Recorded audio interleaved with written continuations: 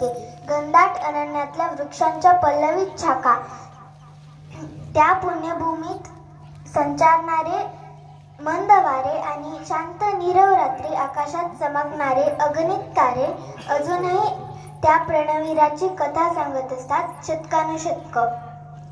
आज इथे माखणी नगरी येथे महाराणा प्रताप जयंती निमित्त कार्यक्रम योजिला आहे, म्हणून मी प्रणवीर महाराणा प्रताप यांचा राजतिलक व त्याचा घटना प्रसंग वर्णन करते। महादेवाच्या बावडी शेजारच्या वृक्षाखाली महाराणा प्रतापांचे तात्पुरते सिंहासन सिद्ध झाले होते। राजतिलकाची संपूर्ण तयारी झाली होती। एकलिंगजींच्या देवळातले पुजारी हाती पवित्र जलाचे कलश घेऊन उभे होते। सर्व सामंत सरदारांच्या चेहऱ्यावरून आनंद ओसंडून वाहत होता। आपल्या नव्या राणांचे स्वागत करण्यासाठी सगळे सामंत सरदार व महाराणा प्रतापांचे जगमाल सोडून बाकीचे सगळे बंधू उपस्थित होते। शाखा पल्लवांनी सळसळता पिंपळही प्रतापांना सिंहासनाकडे बोलवत होता।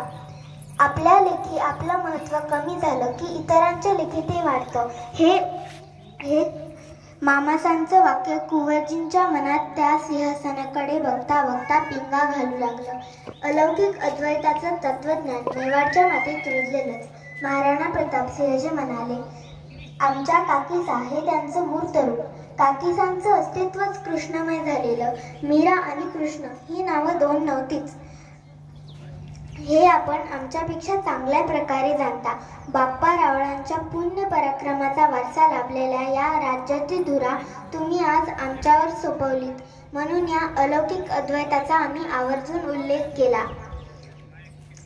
यापुढे आम्हीच मेवाड, आम्हीच ही धरती, आम्हीच हे राज्य। मेवाडच्या मातीचा तिलक आम्ही मस्तकी धारण करतो। आता अलौकिक अद्वैत प्रताप आणि मेवाडचा यापुढे महत्त्व आम्हाला नाही, मेवाडला आहे। राणाजींचा ज्येष्ठ पुत्र म्हणून आमचा मेवाडवर जो अधिकार आहे त्यापेक्षा जास्त उदयसिंहजींचा ज्येष्ठ पुत्र म्हणून मेवाडचा आमच्यावर अधिकार जास्त आहे।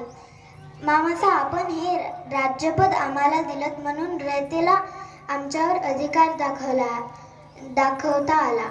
आम्ही आपले खूप ऋणी आहोत, आपण आश्वस्त असा। राणाजींच्या निग्रही वाणीने सारा आसमंत भारला। राजतिलक समारोहानंतर राणाजी आपल्या रयतेला उद्देशून बोलत होते। सारी रयत आपल्या प्रिय नेत्याचे शब्द जीवाचे कान करून ऐकत होती। डोळ्यात प्राण आणून आपल्या नेत्याचे ते रूप साठवत होते।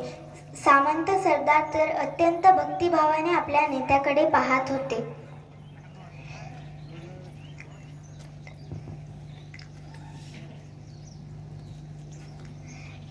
राणाजींच्या या